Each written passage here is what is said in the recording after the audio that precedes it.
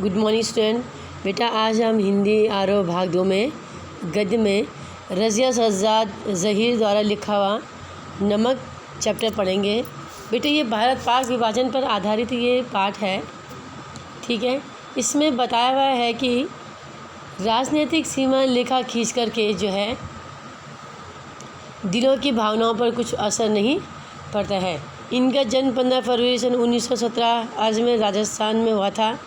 प्रमुख रचनाएं उर्दू गुलाब, उर्दू कहानी संग्रह, ये उनका सम्मान है। सोवियत भूमि, नेहरू पुरस्कार, उर्दू अकादमी, ठीक है, उत्तर प्रदेश अखिल भारतीय लेखिका संघ अवार्ड। 18 दिसंबर 1979 में इनका निधन हुआ। हमारे दृढ़ संकल्प ही हमारी ताकत है, हमारा लिखना ही हमें ज़िंदा रखता है, ये उन्होंने कहा है। रज़िया सज्जाद ज़हीर मूलतः उर्दू की कहानी लेखिका हैं। इन्होंने BA तक की शिक्षा घर पर रहकर ही प्राप्त की। विवाह के बाद इन्होंने इलाहाबाद यूनिवर्सिटी से उर्दू में MA किया। 1947 में वे अजमेर से लखनऊ आई और वहाँ करामत हुसैन गर्ल्स कॉलेज में पढ़ाने लगी। 1965 में उनकी नियुक्ति सोवियत सूचना विभाग में हुई।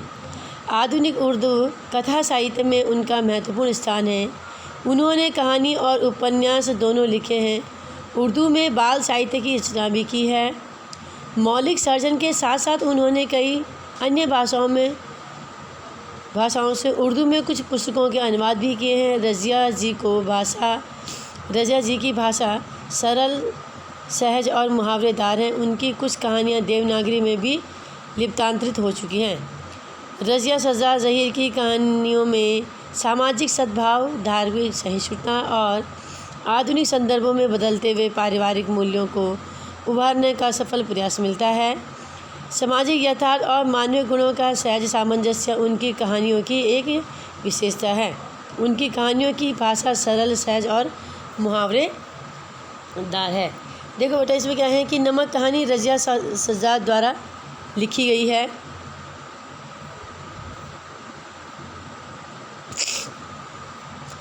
ठीक है, यह भारत पाक विभाजन के बाद सरहद के दोनों तरफ के विस्थापित लोगों के दिलों की टटोलती एक मार्मिक कहानी है, मतलब मन से लिखी हुई कहानी है।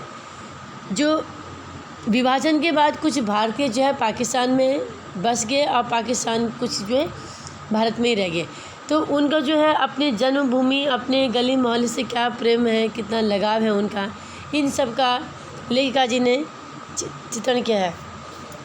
ठीक है, दिलों को टटोलने की इस कोशिश में अपने पराये देश प्रदेश की कई प्रचलित धारणाओं पर सवाल खड़े किए हैं।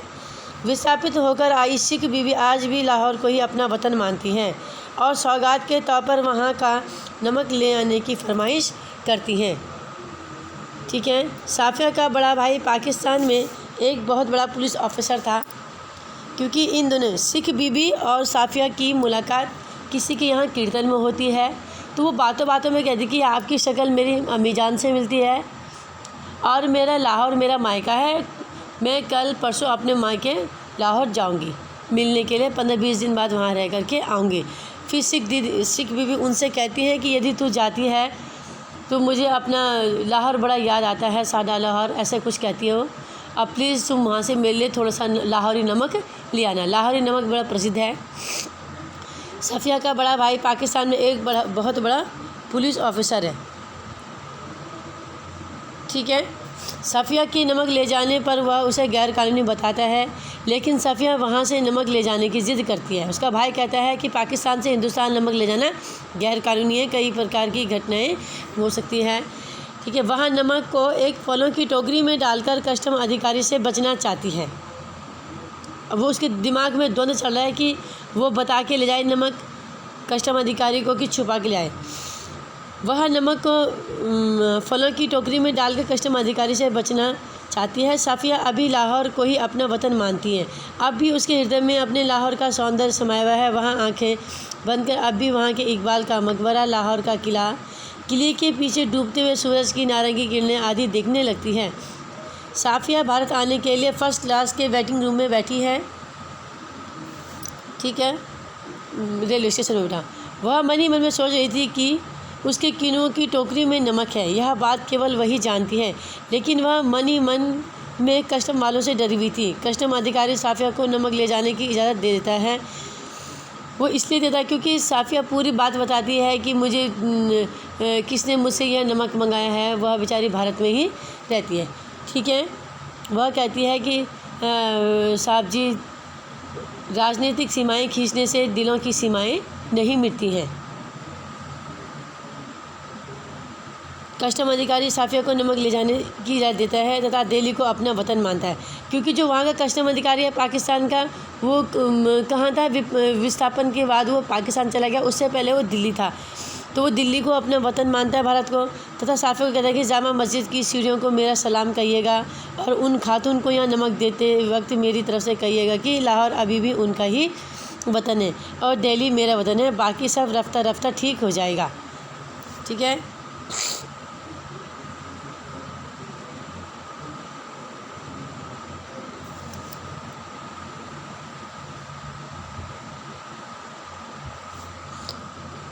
अब क्या होता है बेटा, सुनिए।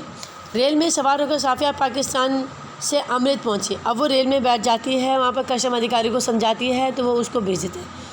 वो अमृतसर पहुँचते हैं। अभी भी वहाँ पर उनका सामान कस्टम वालों ने चेक किया। ठीक है, तो भारतीय कस्टम अधिकारी सुनील दास गुप्त ने सोफिया से कहा कि मेरा वतन ढाका है।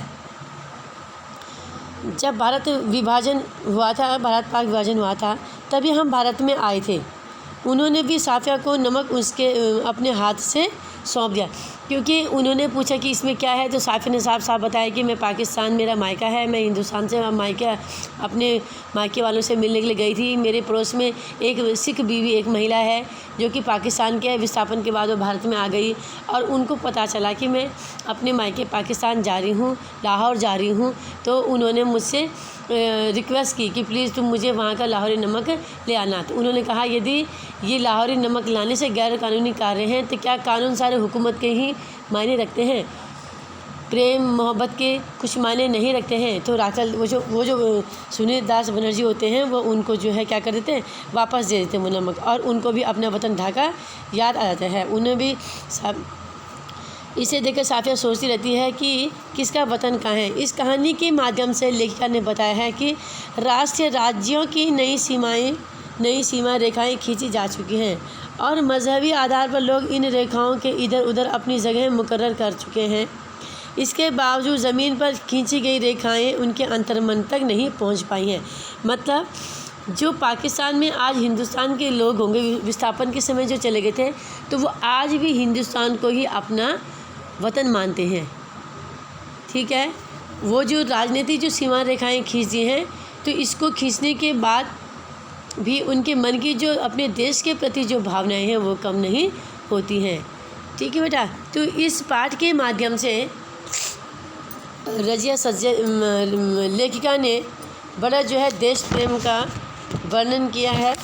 बेटे आपने आज की डेट डाल करके, ठीक है, शब्दार्थ करने हैं अपनी कॉपी में, और 40 चैप्टर वाला चैप्टर मैंने अभी नहीं पढ़ाया है, उसको मैं बाद में पढ़ाऊँगी। आप पहले इसको कीजिएगा। क्वेश्चन आंसर मैं भेजूँगी। सभी बच्चे नीट एंड क्लीन हैंडराइटिंग में अपना काम करेंगे। पहले शब्दार्थ लिखेंगे, आज की डेट डालेंगे। रज़िया सज्जाद ज़हीर जी की पहले जीवनी लिखेंगे, उसके बाद शब्दार्थ लिखेंगे, फिर मैं क्वेश्चन आंसर आपको भेजूँगी। धन्यवाद।